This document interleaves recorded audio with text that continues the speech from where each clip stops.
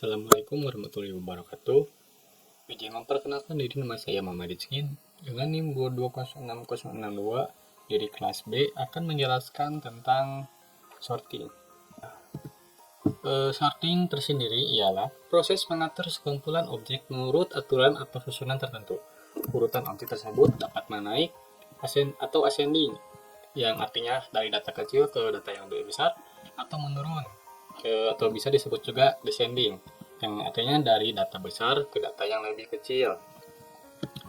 Selanjutnya ialah ada beberapa bagian dari sorting itu tersendiri. Yang pertama ada bubble sort, yang kedua ada insertion sort, yang ketiga ada selection sort, dan yang keempat ada counting sort. Nah, yang materi yang saya akan bahas ialah bubble sort. Nah, bubble sort ini adalah metode pengurutan algoritma dengan cara melakukan penukaran data secara terus-menerus sampai bisa dipastikan dalam suatu iterasi tertentu tidak ada lagi perubahan atau penukaran. Algoritma ini menggunakan perbandingan dalam operasi antar elemennya. Nah, pada bagian ini adalah ilustrasi atau gambaran dari sebuah bubble sort. Pada baris pertama ialah sebuah indeks dari nilai yang baris selanjutnya. Indeks yang ke-0 ialah 5, indeks ke-1 ialah 3, dan seterusnya. Nah, selanjutnya pada bagian barisan nomor 3 terjadi pertukaran antara nilai 5 sama yang nilai 3. Itu terjadi karena nilai yang sebelah kiri lebih besar dibandingkan nilai yang sebelah kanan. Nah, dapat kita lihat juga pada baris yang keempat antara 5 dan 9. Tidak terjadi pertukaran dikarenakan nilai yang sebelah kiri lebih kecil dibandingkan nilai yang sebelah kanan.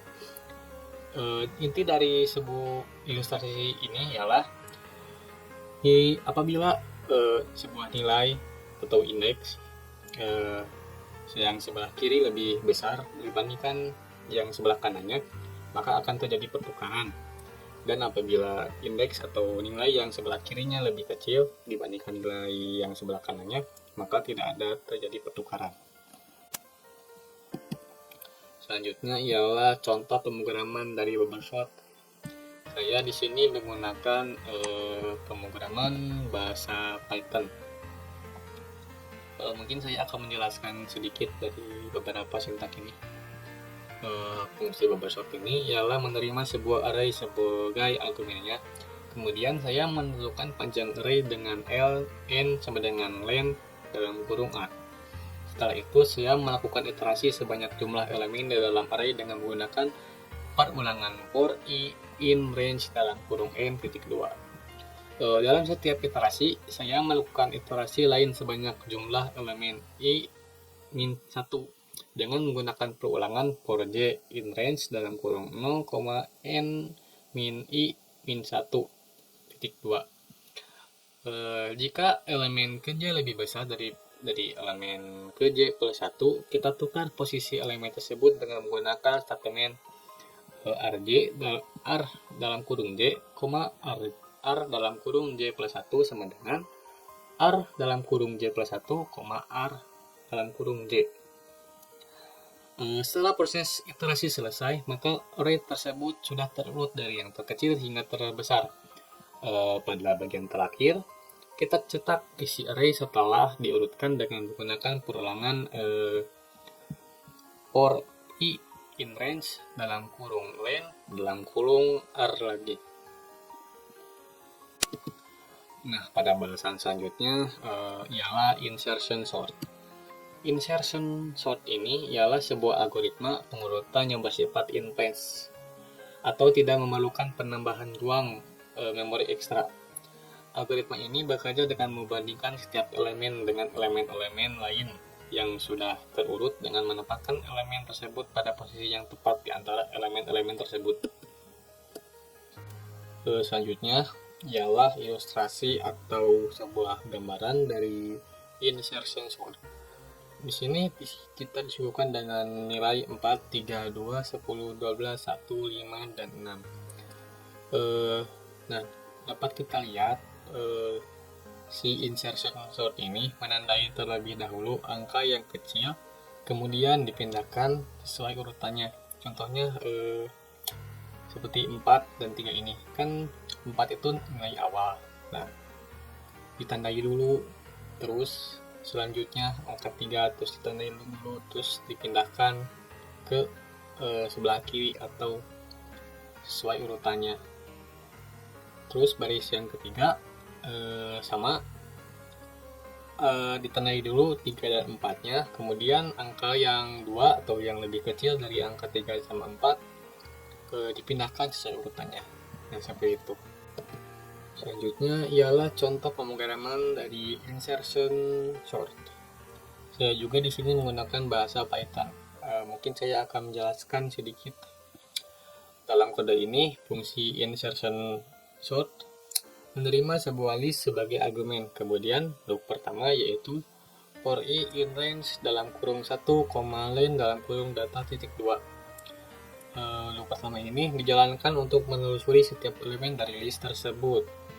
Kemudian loop kedua yang ini yang while j lebih besar dari 0, n data j kurang 1 lebih besar dari data j dalam kurung j titik 2. Nah, loop ini digunakan untuk membandingkan elemen tersebut dengan elemen-elemen yang sudah terurut sebelumnya dan menempatkan pada posisi yang tepat. Setelah loop kedua selesai, maka list yang telah diurutkan akan dikembalikan oleh fungsi tersebut. Untuk menguji kode ini, kita dapat memanggil fungsi insertion sort dengan list 5, 2, 4, 1, 3 sebagai argumen. Mungkin setelah jalankan akan mendapatkan output berupa list yang terurut. Ini hasilnya 1, 2, 3, 4, 5. Saya juga di sini sudah mengujinya dan hasilnya benar terurut. Pembahasan selanjutnya ialah selection sort. Nah, selection sort ini merupakan pengurutan dengan konsep memilih elemen dengan nilai paling rendah dan menukar elemen tersebut dengan elemen ke i. Nilai dari i dimulai dari 1 ke n, yang dimana n merupakan jumlah total elemen dikurang 1. Selanjutnya ialah ilustrasi atau gambaran dari selection sort. Nah, untuk selection sort ini, dia mencari terlebih dahulu nilai yang terkecil satu persatu, kemudian jika sudah mendapatkan nilai terkecilnya, maka otomatis pindah ke sebelah kiri atau sesuai urutannya. Nah, di sini ada angka 29, 72, 98, 13, 87, 66, 52, 51, dan 36. Nah, selection sort ini akan mengecek satu persatu nilai terkecilnya. Tetap penuh dari kiri sampai ke kanan. Jika sudah mendapatkan nilai terkecilnya yaitu 13.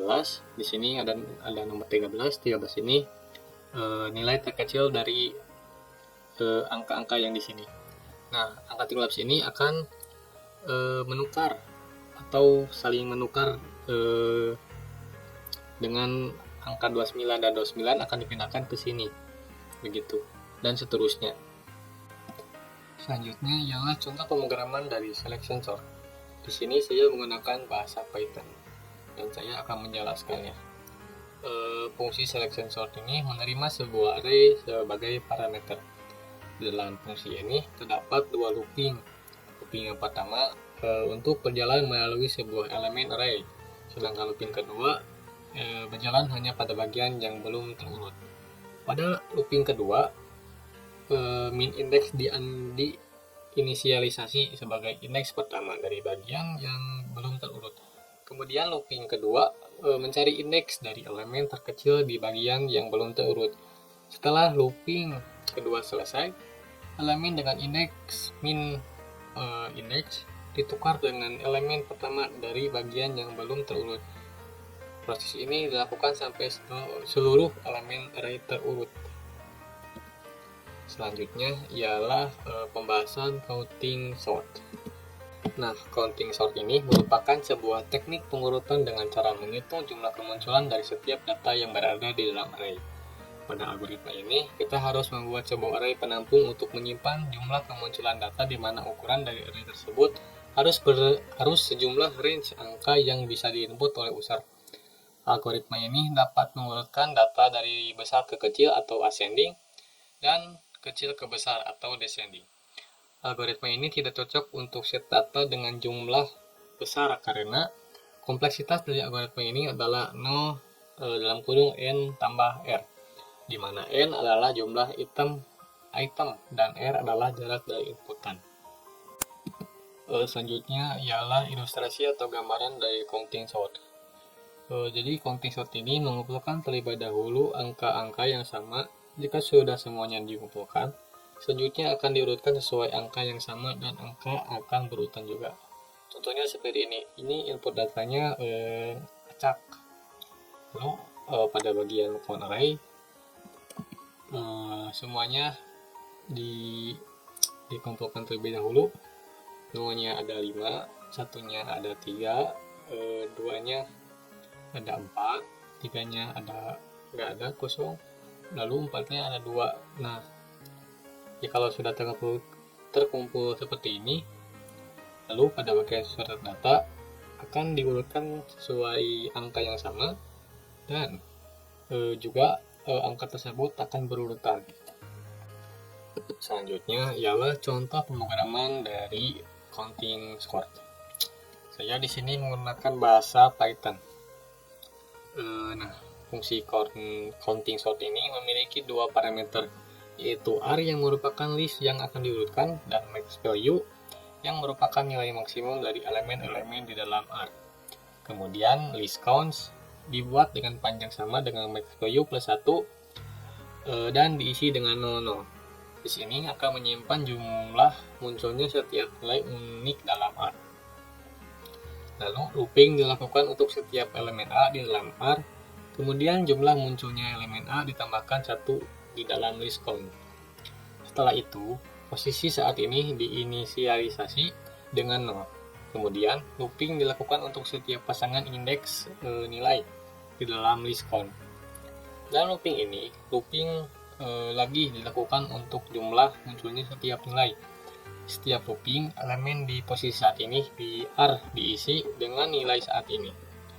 Dan posisi saat ini ditambah 1. Setelah looping selesai, R yang sudah diurutkan akan dikembalikan. Hasil dari pemrograman ini ialah akan menjadi 1, 2, 3, 4, dan 4. Jadi begitu. Dan terima kasih atas perhatiannya. Mohon maaf bila ada kekurangan dan kesalahan dalam tutur kata maupun materi yang disampaikan oleh saya. Billahi taufiq wal hidayah. Wassalamualaikum warahmatullahi wabarakatuh.